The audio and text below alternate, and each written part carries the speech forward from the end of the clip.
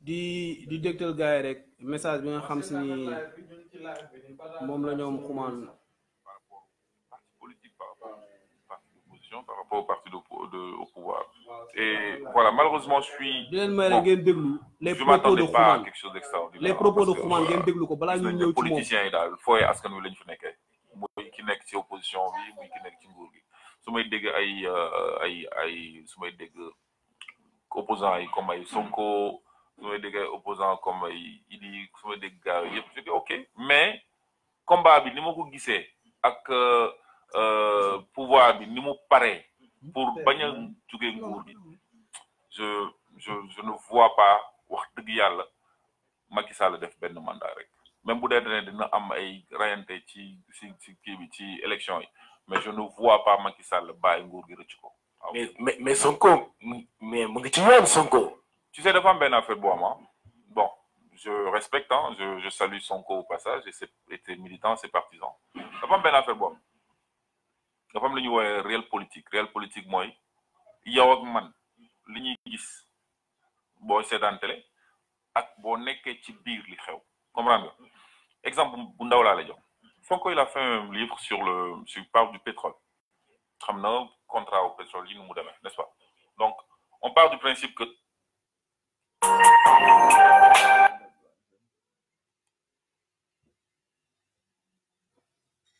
xam na contrat au pétrole yi nu mu demee n'est-ce pas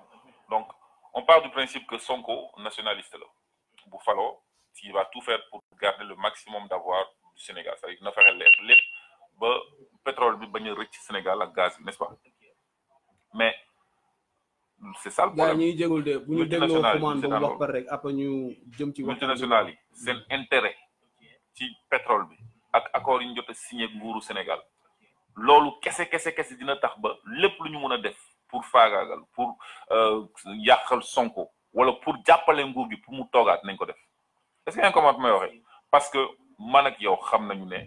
tey jii nii pour nga falu Afrique en général Sénégal en particulier su nguuru tubaab yi d'accordul ak sa falu ak nga toog doo mës a toog Ablaye Wade il a été combattu entre guillemets par les forces occidentales et cetera keneen ak keneen benn Laurent Gbagbo il a été chassé de la Côte d'Ivoire parce que parti ni mu jàppante woon ak tubaab yi bi nga boo xoolee Gabon avec Ali Bongo bi mu commencé am problème ak tubaab yi si le gars yi jàppale opposition pour mu yéeg est-ce que comprendre Macky Sall ak tubaab yi ñooy liggéey Macky Sall ak ngeew yi ñooy job ak occidentaux yi ñooy liggéey donc à aucun moment amul fenn fu tubaab yi mun a nar a seetaanee Macky Sall muy ñàkk nguur gi parce que cet intérêt sont en jeu donc Sonko il représente un danger pour eux. Thomas Sankara il a été tué parce que benn moment il luttait contre les intérêts occidentaux au Burkina Faso Sonko pouvoir bi position bi mu jël ni arrangé wul tubaab yi te loolu noonu pour man sama gis-gis la sama analyse bopp la de mun naa mu jum de mais je pense que ak ni mu demee nii mun na am peut-être benn pourcentage ci élection yi mais gisuma Sonko nekk président en tout cas pas en 2019. Alors, mesdames et messieurs, amis téléspectateurs de la Mer des Bandits TV, Sunugal 24. waaw gars yi bon waxu xumaan yi moom moo nekk noonu quoi mu nekk wax yoo xam si ni mën nañu ñun ñëpp déglu nañ ko biñ ko dégloo ñun choc lañ ci jëlee choc sincèrement dañ leen koy wax quoi aussi tiitaange lañ ci jëlee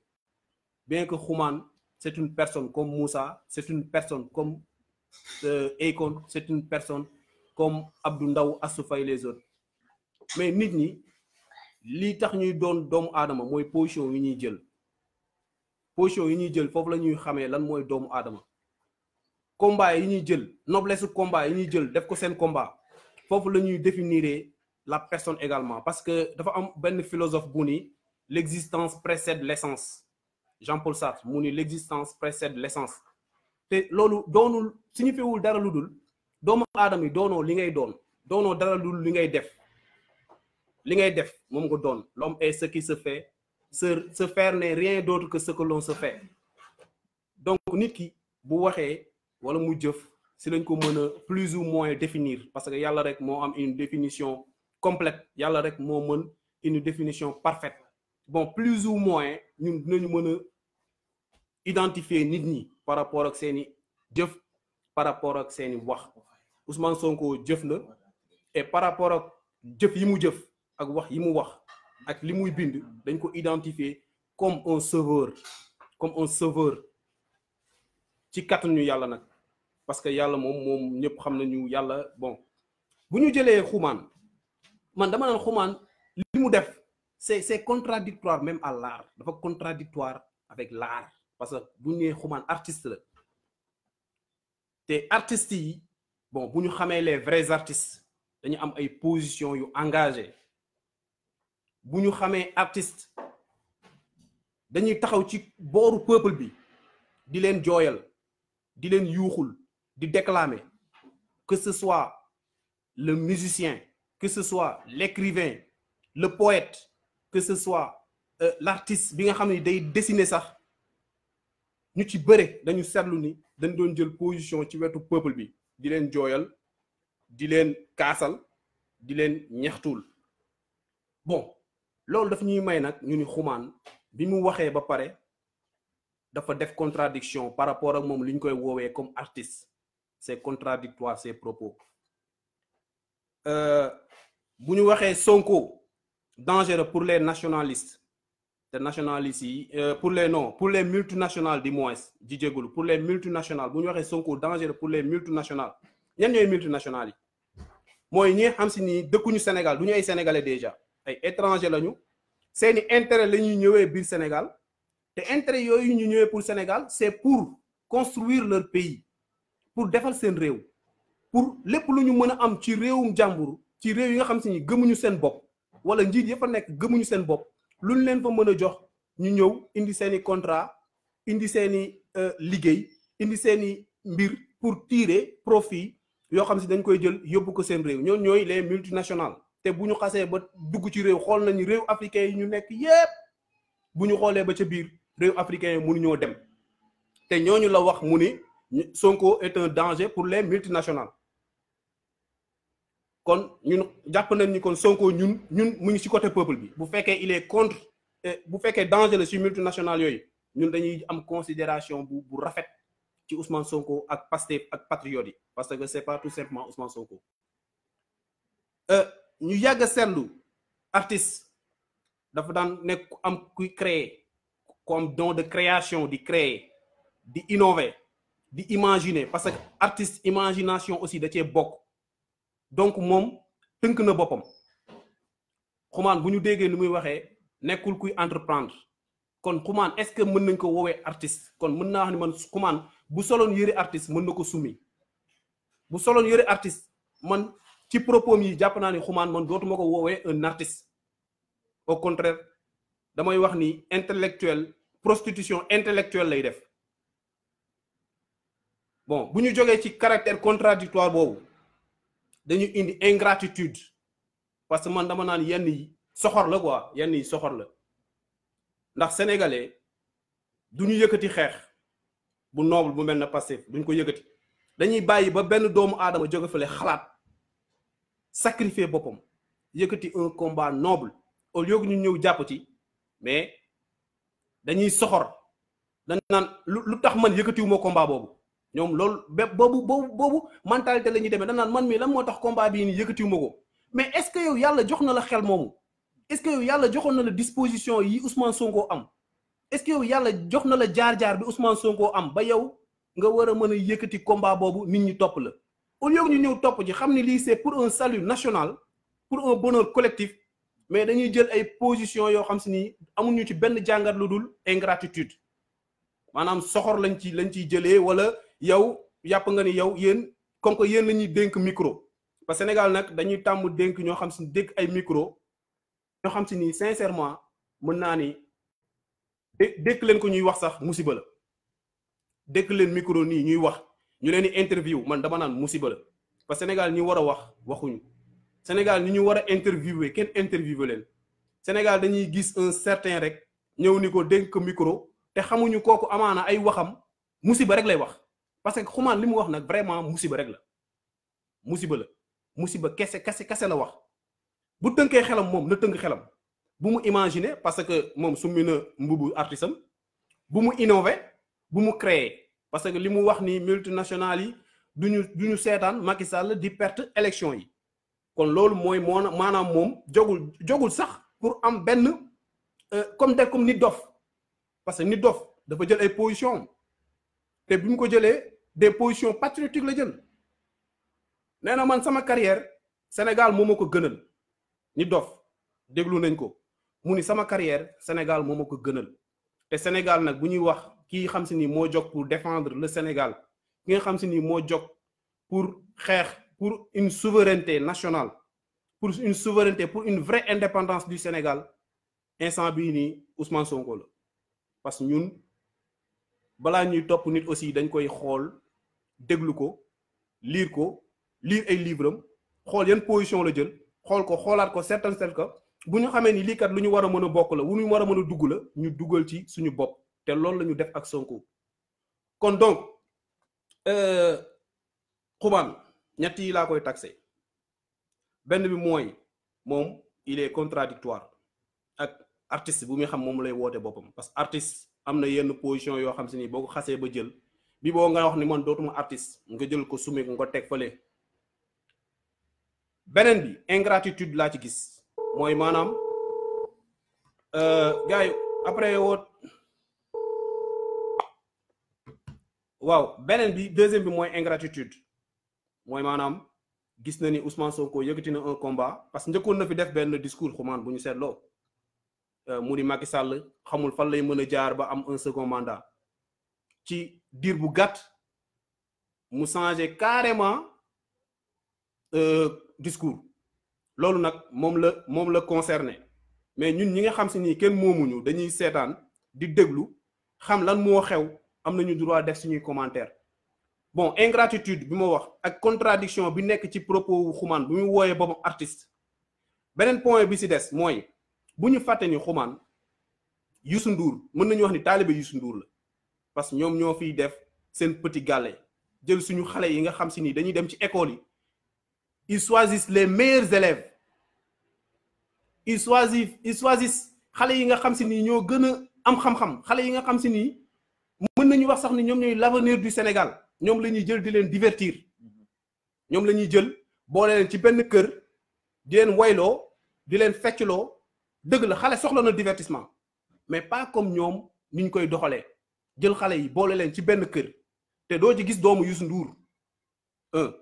doo ci gis doomu Xuman kon jot na ñun ñu def suñuy critique yooyu yëpp mënoon na leen ko def mais ba ñu demee ba xam ne nag ñoom ñi ngi tenir des discours dangereux pour le Sénégal des discours dangereux pour l'avenir du Sénégal nañu jóg nag boole li ñu leen dencaloon yépp ñëw jox leen ko ni leen nag yéen bàyyi woon na leen ngeen di wax mais ñëw leen xaar leen nag ñu wax leen yéen yéen ñan parce que bu ñu xoolee seen petit gàlle bon Youssou Ndour moom woy na fi Senghor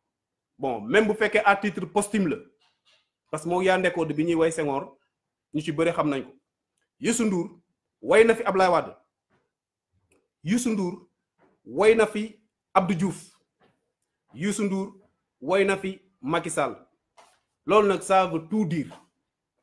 te ñooñu nag ñooñu bu fekkee ñoom la ñuy woowee moom la ñuy wax depuis 1960 ñoo yàq suñu réew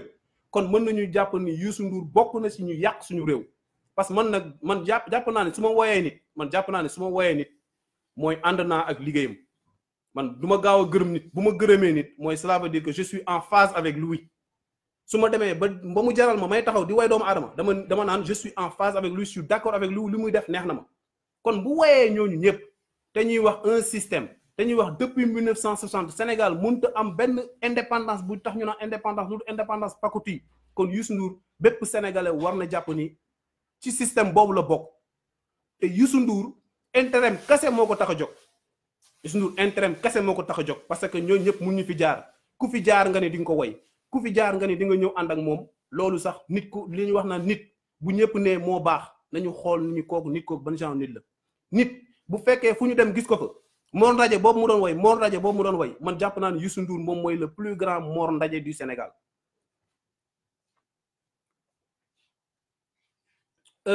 artiste bu ñu xoolee bu ñu xamee lan mooy artiste nañ xam ni artiste mooy ki nga xam si ni day défendre son peuple artiste mooy ki nga xam si ni dafa war a woote ci boppam liberté d'expression. Liberté d'expression mooy maanaam man nguur mënumaa tënk, nguur mënumaa corrompre, nguur mënuma xoqatal, nguur mënumaa xoqatal ba man ma altérer samay position wala ma altérer sama discours. te gis nañ ni nag Xuman moom discours yi mu def du discours sax d'un enfant, xale sax warul def discours yooyu nag. xale bu xam lan moo xew, xam ni Sénégal am na ay difficultés yu fa nekk, xam ni Sénégal dafa nekk pays boo xam si dañ koo noot, xam ni Sénégal am na ñu fa bëgg a dem jàngi école mais seeni parents amuñu luñ leen fayalee ñu jàngi école, xam ni Sénégal am na fa ay nit yoo xam si ni bu ñu nekkee ay jigéen ñu wérul pour ñu yóbbu leen ñu dem wasini dañ leen di yéegal ci ay saret, ay jigéen ñoo xam ci nii dañoo nekk jigéen ñu wérul. te xam nañ ñu jigéen nag vraiment responsabilité yi nga xam moom la ko yàlla dénk ci société bokkul ak sax góor, ndax jigéen rek la yàlla may ni ko yow laay jël nit def sa biir. kon loolu rek war na am respect quoi, war na am respect au fait, war na am respect ci jigéen ñooñu nga xam si dañuy perte seen vie ci hôpitaux yoo xam si ni kenn xamul lu mu doon. étudiants yi nga xam si ni dañuy jàng te Xuman xaw ma ndax ma sa nekk étudiant, parce que li mu wax moon man dama naan kii est-ce que jàng na école, est-ce que Xuman jàng na, parce que jàng école rek doyul, mais nit ki il faut que tamit nga nekk koo xam si ni am nga jaar-jaar, am nga yar nañ la éducation, parce que loolu da lay may yow nga xam yan propos nga war a tenir ak yan propos nga war a tenir. bu ñu waxee ci loolu ba pare li mu wax ni Macky Sall kenn mënul wax ba du am un second mandat wala multinationales yi du ñu bàyyi Sénégal muy changer, muy am beneen ère, muy dugg ci beneen ère. kon dañ naan kii nii moom dafa démissionné ci lépp, dafa démissionné ci àdduna, dafa démissionné sax moom ci nekk doomu aadama. parce que doomu aadama nag bu ne war nga buñ la tegee injustice nga jóg nga ne lii injustice la dama koy combattre. buñ la tegee injustice bu fekkee sax individuellement dañ la teg injustice, yow war nga jóg nga ni man ma am ku ma ànd ak si xeex bi ak ma ñàkk ko am sax dinaa jóg xeex ba am indépendance ba libérer sama bopp. à plus forte raison nag lu mel ne Pastef ñëw, Sénégalais yi la majeure partie des Sénégalais ñii doon ay militants ñii doon ay sympathisants nekk ci biir Pastef di ci xeex comme ay nawle, comme ay mbokk ci biir fraternité. yow nga doon sénégalais comme ñoom ngay jóg un bon jour ba mu neex la di tenir yenn discours yoo xam si nii dama naan ñoom sax ñoo pire multinationales yooyu ñuy wax. parce que discours yooyu ñuy def bu ko multinationales yi déggee sax da nga naan ñii est-ce que financé wu leen, est-ce que multinationales yooyu financé wuñu ay Xuman yooyu pour ñuy tenir de tels discours. ñi ngi wax ay Y'en a marre au moins ñoom amoon nañu osé woon nañu tenir tête, osé woon nañu génne sénégalais yi ci mutisme, osé woon nañu wax ak sénégalais yi jóg leen ngeen fépp. mais Xuman damay jéggulu, am na benn journal rappé boo xam se ni dama ko publier sur Facebook, mais boobu dama koy dindi catégoriquement. parce que non seulement man lu taxoon ma publier dama leen waxoon ni leen lii ngeen di wax ni répétition ngeen di def. parce que li Ousmane Sonko di wax, li Ousmane Sonko bind ak li Ousmane Sonko di def ci ay sortem moom ngeen jël, moom ngeen rappé. nit ki nag boo demee bay jël ay waxam di ko rap wala nga jël ay waxam di ko répété, mais lan moo gën a yomb nga dem nga adhéré ci combat bi mu woote. combat bi du combat Ousmane Sonko, du combat boo xam si ni c'est personnel, combat la boo xam c'est combat de toute une nation. combat la boo xam si ni sénégalais yëpp, le peuple sénégalais moo war a jël combat bi def ko xeexam, bañ ko def xeexu benn doomu aadama. ndax loolu boo ko defee yow day dem ba sax yow sax xel mi mooy soxor, te sa xel mi bi soxoree wala sa xol bi soxor, yow da ngay tenir ay propos yoo xam si ni yow da ngay lor ñeneen ñi, lor sa bopp. parce que Xuman na ko jàpp ni bu multinational yi ñëwoon Sénégal luñ fa mënti yàq bu mu jàpp ni moom mën na ci rëcc, moom du ci rëcc parce que moom mi ngi biir Sénégal. kon Xuman dañ lay wax sa propos yooyu ngay tenir, jàppal ni contradiction totale nga nekk avec l'art artiste bi ngay woowee sa bopp mën nga jàpp ni doo artiste. parce que da nga am yoo xam si ni artiste waru koo wax. artiste am na yenn paroles yoo xam bu ko xasee ba wax mi ngi mel na président bu ñëw ni démissionné naa rek, boobu kooku doonatul président. ko yow xumaan propos yooyu nga def xamal ni propos yu contradictoire la ak artiste ñi wooy artiste kon yow man à partir d'aujourd'hui man Moussa personnellement man xumaan jàppeetuma la artiste parce que tënk nga sa xel bëgg tënk xelu sénégalais yi tayal nga bëgg tayal loo sénégalais yi xeeb nga sa bopp bëgg xeeb loo sénégalais yi seen bopp te loolu ñun duñ ko nangu ñun rabuñ te ñoo la dàq rab fuuf nag mais duñu rab parce que ñun kenn xameewuñu ay rab du lu bon kañ lay bon ñu dem ba rappeur bi toog ci boppam di wax ay waxi dof rab kañ la bon bu demee ba rappeur bi nga xam si nii dañ ko doon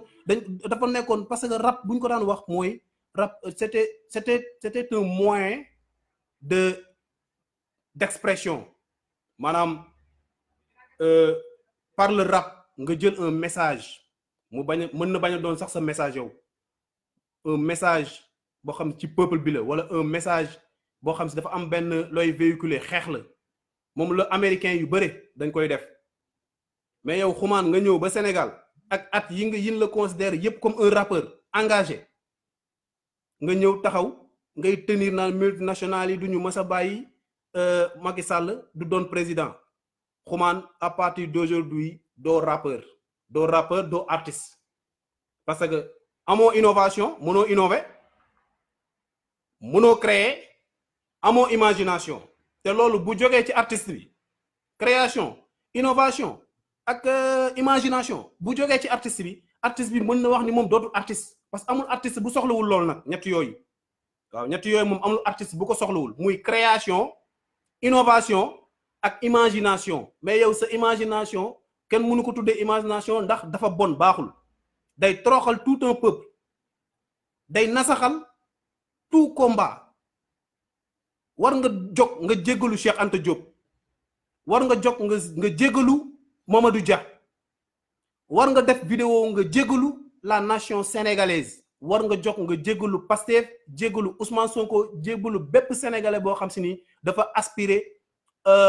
au vrai développement à la décolonisation.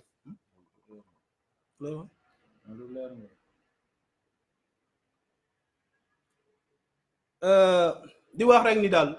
Ousmane Sonko du danger pour les Sénégalais au moins loolu moom nañ ci sant yàlla le danger kay mooy yow xumaan ak Youssou Ndour mi nga xam si ni moo lay woo nga bokk ci jury yi nga xam si ni ay xale la ñuy jël suñu xale yi gën a valeureux suñu xale yi nga xam si ni ñoom la ñu gën a yaakaar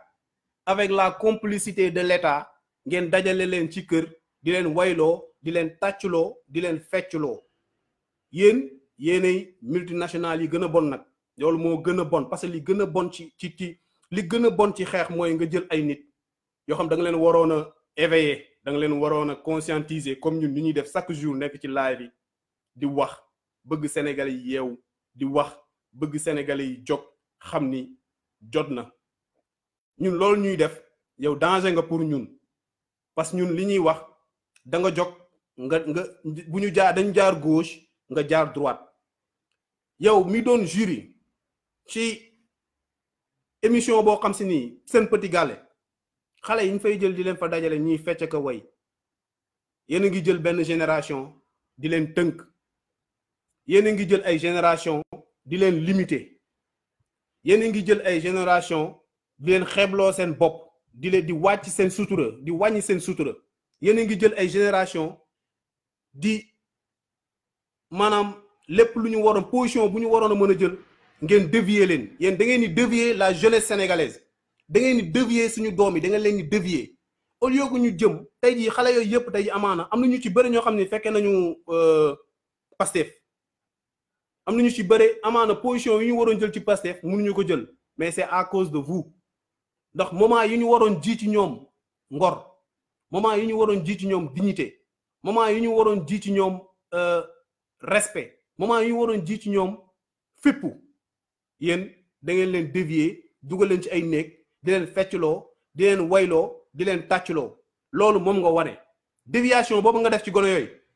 moom nga jóg ci sa discours boobu bëgg a dévier li nga xam si ni moom la Pastef di def mais mënuloo ñu dévier parce que ñun ba ñuy yeewoo comment même boo ñu magee ba ñuy yeewoo kon dañ lay wax ni la bul taxawati fenn naan artiste nga doo artiste doo artiste yaa ngi Youssou Ndour yéen a yem rek politique ngeen di def vous êtes des politiciens da ngeen koy nangu des politiciens malhonnêtes nag très malhonnêtes waaw loolu rek moom lañu amoon lu ñu lay wax yow Xuman nga jàpp position boobu nga xam ni doo artiste ñun li ngay wax dégg nañ la mais gëmuñu la au contraire dañ fa jaar xeeb la quoi.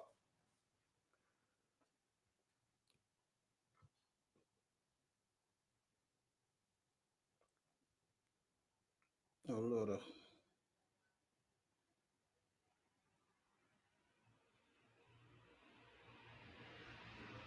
di wax aussi sénégalais yi yéen ñi nga xam si ni yéenay seetaan TFM di wax sénégalais yi yéen ñi nga xam si ni yéenay déglu yéenay auditeurs RFM les téléspectateurs de TFM ak RFM dañ leen wax ni leen xam leen ni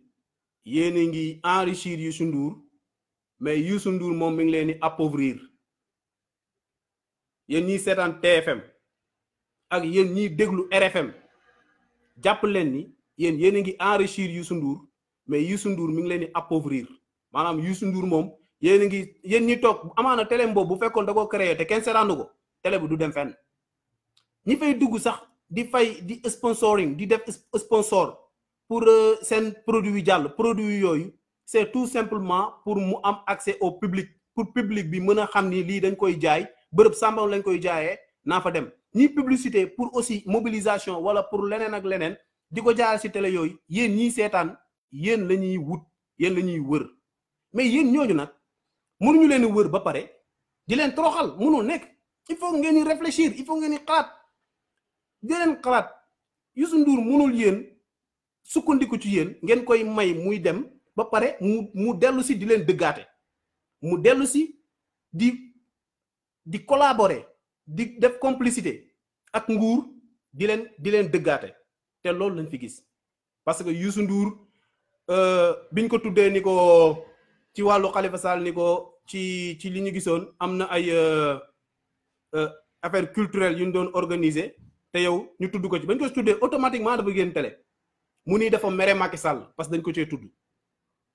xam nga loolu la ñuy wax naafeq baaxul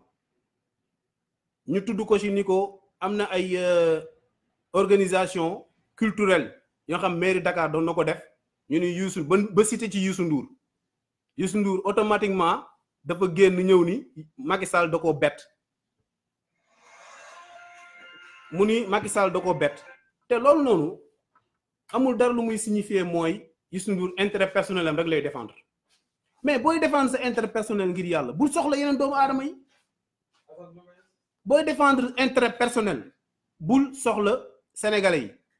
mais yow da ngay défendre intérêt personnel woo sénégalais yi ubbi sa télé ñu lay seetaan ngay def ngay génne ay way sénégalais yi di ko jënd di ko déglu au lieu que ñooñu nga am benn taxawaay yow di leen défendre au lieu que ñooñu nga am benn taxawaay boo gisee lu bon lu jëm ci ñoom nga def comme Ousmane Sonko mu jaral la nga sacrifier sa bopp nga jël ay position ci jëmale ko ci peuple bi mais defoo ko yow da ngay collaborer ak le gouvernement en place te gouvernement boobu yàq rek la bu doon sax gouvernement boo xam si ni day defar bu doon gouvernement boo xam sax day jàppale le peuple mais yow gouvernement boobu yaa gën a xam ni dafa yàgg di alak peuple boobu mayu leen ñu voté ndax jël na fichier électoral bi lëndëmal ko ba kenn xamul lu mu doon mi ngi leen ni napp di jël ay policiers di leen équiper appareil répressif bi mi ngi koy jël di leen équiper mi ngi leen di noot ñi nga xam si ni day ñëw pour sauver leen mun leen ñii doo leen mës a sauver ku ci mel na ñoom Ousmane Sonko ñoom ñëpp mi ngi leen di dañ leen xoolee ay bët yu bon xam nga loolu noonu yow ba pare yow nga dem taxaw ci booru kooku kon cela veut dire que ni yow da nga égoïste hypocrisie moom moo la jàpp parce que hypocrisie nag weesuwul nga jaakaar ni lépp lu baax rek ci yow la Youssou Ndour bu doon Sénégal sénégalais yépp kon amaana àdduna bi duñ la xam ndax jàppal Moussa mi nga xam si nii day gis benn tubaab fii naan ko Youssou Ndour déglul kii sénégalais la jàppal ni keneen kii dem Burkina Faso gis fa ay burkinabé ni leen déglul xoolal kii Youssou Ndour sénégalais la kooku noonu yow mi ngi jël sa tur muy dem sa tur mi ngi dem te sénégalais yooyu ñoo ko def te amaana li la sénégalais yi defaluñ ko Ousmane Sonko Youssou Ndour li la sénégalais yi defalaguñ ko Ousmane Sonko ndax Ousmane Sonko sax wax dëgg fa yàlla biñ koy xam dafa yëkkati benn combat nekk ci mu metti di ci nekk ba jaral ñu dàq ko ñun ñu koy doog a xam bay di ko jàppale mais yow da nga ba nga yàggee di ngay way say way amaana bu ko sénégalais yi jëndul woon du dem fenn doo siiw doo am xaalis sa way yooyu bu ko sénégalais yi doon déglu rek te duñ ci wax duñ ko laal naan way dof la wala kii nii ñi ñoo ko financé wala kii lu bon di ci wax lu bon comme niñ koy defee Ousmane Sonko est-ce que Youssou Ndour tey dinañ la xam mais est-ce que jarul yow nga xoolaat sa bopp nga def une réflexion nga def rétrospection nga tëdd waxtaan sa njaganaay waxtaan sa conscience parce que way yi ngay way man jàpp naa ni dañ la koy bindal man jàpp naa ni way yi ngay way dañ la koy bindal di la ko expliquer ngay taxaw di ko way ba nit ñi sax di ci gis njariñ di ko mën a commenter di ci yokk loo ci deful di ci wax loo ci waxul parce que ku commenter di nga gis di nga am beneen gis-gis kon Youssou Ndour jot na nga xam ni sénégalais yow moomoo leen adduna day jeex adduna bu nit ki di noppalu yàlla du tàggu kenn yow mën nga tàggu sénégalais yi nax leen dem jàppale Macky Sall mën nga jël sa télé bi ñu yaakaar ni communication nga ciy def ñu yaakaar ni yee askan wi nga ciy def ñu yaakaar ni jàppale askan wi nga ciy def mais yow jubluwoo ci dara lu du am mbooloo boo takk dem di chantage le gouvernement parce que da nga naan man am naa télé am naa rajo sénégalais yi bëgg nañ ma léegi damay chantage le gouvernement mu jox ma loo xam si ni jagle waruma ko am ñu lay defar amnistie fiscale nga war a fay ay impôt doo ko fay mais Youssou Ndour est-ce que xalaat nga yow nit yi dem ci hôpitaux yi war a faju duñu faju Youssou Ndour est-ce que xalaat nga gone yi war a jàngi suba dem école jàng war a jàppale seen i njaboot est-ce que ñooñu xalaat nga leen Youssou Ndour ñooñu xalaatoo leen parce que ñooñu boo leen xalaatee yow di nga am yeneen position yooyu jël yu dul di def complicité ak gouvernement ñooñu boo leen xalaatoon yow sa télé boobu dina am yu bëri yoo ciy wax yoo xam ne télé yee lay doon mais sa télé boobu jàpp naa ni ci télé yi gën a minable ci àdduna bi la bokk ci télé yi gën a minable la ci àdduna bi ci la bokk jamono yee paase doon ngeen fi jéem a piéger Bassirou Diomaye doon nga ko fi jéem a piéger indi ko émission lu mu tudd jàkkaarloo indi émission jàkkaarloo ngeen indi fa Bassirou Diomaye mu nekk boroom xam-xam nekk ku teey nekk ku dal xam lu muy wax jàng nourri de patriotisme am sentiment de patriotisme bëgg réewam bëgg askanam joxe boppam ngir askanam ngeen invité ko au lieu ngeen déglu leen ko sa rak Bouba Ndour affaire hypocrisie di jéem a naan Ousmane Sonko waa jooju or que yéen a ngi ko doon gasal kàmb parce que ku xool discours yi ngeen doon def ku xool ni ngeen doon waxee ku xool waa ji dégluwu leen ko sax mayu leen ko sax parole pour mu wax da ngeen ko gasal kàmb mu ñëw pour ngeen jëm ko humilier mais mënu leen humilier dara lu bokk ci Pastef parce que Pastef dafa taxaw ci base yu leer Pastef dañ ko fondé ci base yu wër Pastef dafa tegu ci loo xam si ni neexuta ébranler neexuta daaneel guy la boo xam si ni racine yi dugg na ba ca suuf yaram bi ponkal la branche yi mooy gone yi nga xam si ni ñoo ci topp le peuple sénégalais ñooy branche yi kon yéen mënu leen waaw Assane Ndiaye allo waaw Assane maa lay dégg waaw ñu ngi lay ziar da ngay wax ci kaw yi waaw ñu ngi lay dégg ñu ngi lay dégg mën nga wax ñu ngi lay dégg waxal ci kaw Assane da ngay wax ci kaw waaw ok yaa lay dégg maa lay dégg waaw